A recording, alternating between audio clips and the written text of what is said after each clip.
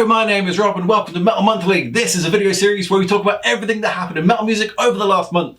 In this video we are going to talk about the most controversial of metal bands releasing a new album, and also William Shatner releasing a new album, which in its own way is controversial. So first up, albums. What albums came out in February? I am struggling to speak today. 2026. First off, Mayhem with Liturgy of Death. Liturgy? I still don't know how you pronounce that. Oh, by the way, liturgy is a religious thing, meaning like public worship and stuff. So Liturgy of Death, I don't think makes sense. Let me know in the comments if I'm wrong. I probably am. Anyway, so Mayhem. This is the most controversial of controversial bands. I didn't know they were still around, to be perfectly honest. So this is a band where the lead singer killed himself. Another member of the band then took photos of that, used bits of his skull to make a necklace, and then he got murdered by another member of the band. How is this band still around? So it's wild when something as awful as neo-Nazi accusations is a small footnote in the controversy section of this band. So anyway, they've got a new album out. Is it any good?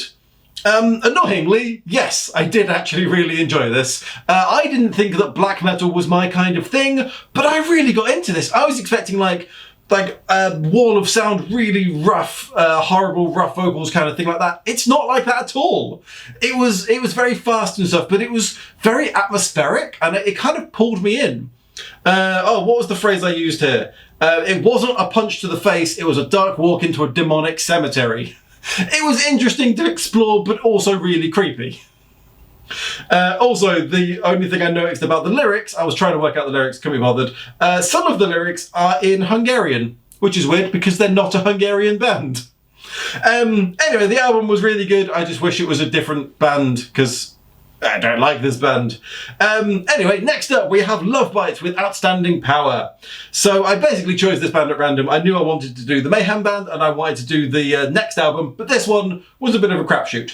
But I'm glad I did because I really enjoyed it. Spoilers. So, this is an all-girl Japanese power metal band, which is such a unique idea. It's a relatively unique idea. Anyway, basically I read that Love Bite was heavily inspired by the British new wave of heavy metal, and then I listened to this and went, oh yes, absolutely, I get that completely. It's basically Iron Maiden played at ×2 speed. That's it. And I fucking love Iron Maiden, so listening to it fast was really good. Also, the lead vocalist, I think I put her name, really hoping that I did. Asami? Maybe. She really basically sounds like Bruce Dickinson. It's so weird. She has got such a rough, deep, masculine voice, and it so works. This was such a good, fast-paced, fun album full of incredible guitar solos. It was really good. You should go listen to it if you like music, basically. And finally we have Rob Zombie with The Great Satan. So I am a big fan of Rob Zombie, both his music and his films, but I'm not biased. I fully accept he has put out some fucking shit in both of those worlds. So The Great Satan, is it great or satanically bad? Sorry, I didn't have time to think of a bad pun there. Well, I listened to it and I think it's fucking great. Basically, it's Rob Zombie saying he's going back to his roots, and oh my god, yes, you can tell. Basically, most of these songs you could play in between Living Dead Girl and Dracula and it wouldn't seem out of place. He's not doing anything new and varied and weird, he's doing the old stuff that everybody loves. The lyrics are very silly and dumb, but it's Rob Zombie. The first song has got the lyrics, I'm an alligator, I'm a space invader, I'm a rock and roller. Doesn't make any sense, but it's fun to sing along with.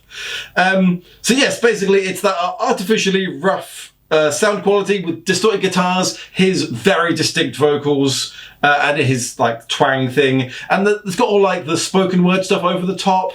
Basically, it's very Rob Zombie, it's very good. This was definitely my favourite album. I'm going to be listening to it a lot more in the future. I fucking love Rob Zombie. I'm so glad this was a good album.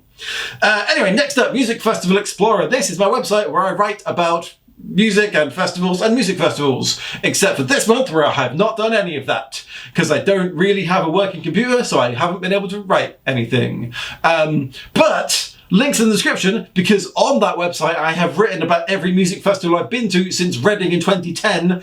You can go read what I thought about them. Links in the description. Go do that. Thanks. And now for the fun story for last month. And yes, as I alluded to earlier, is it alluding to if I literally just say it? William Shatner has announced he is putting out a metal album, which, yeah, I know, right? So the 94-year-old posted about this on Twitter, and first of all, he's still on Twitter. Gross. Anyway, so he said that he's making a heavy metal album that is going to feature 35 metal virtuosos, thunderous guitars, and chaos with purpose. Chaos with purpose is surely therefore not chaos, just saying. Also, 35 tracks? That's a lot for your first ever heavy metal album. It feels like nobody in the process said no to him, and that is exactly how we got the Transformed Man. So, I'm nervous, but basically it's an album that he's making that includes every heavy metal musician he's ever met. So hopefully there's going to be some good stuff on there. I don't know. Basically, he seems to want to join the ranks of famous actors from very nerdy series who then go on to make metal albums. But let's face it, William Shatner is no Christopher Lee.